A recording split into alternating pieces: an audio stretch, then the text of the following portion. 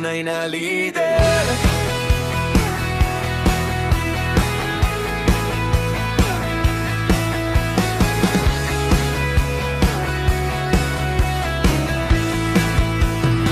Hindi lang sa salita,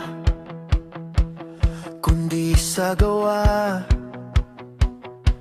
Tapat na serbisyo laging isinasabuhay.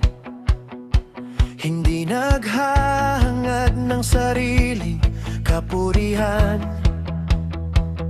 kundi ang kapakanan ng laging nasa isip.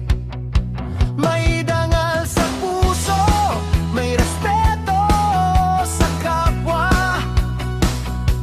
Walang kinikilingan, pantay ang tingin sa lahat.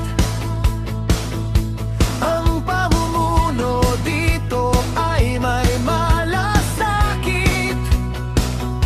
Hindi para sa sarili, kundi para sa bayan at lahat. Pamumuno ng tama, ito ang ating sanggata. May dangal at prinsipyo, hindi madadala.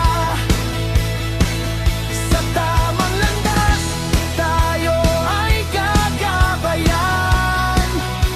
Dahil ang tunay na lider, marunong maglingkod at magmalasakit.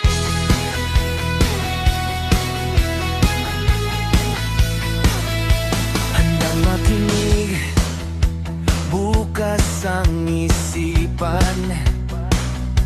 Tumatanggap ng payo, hindi mapagmataas. Ang desisyon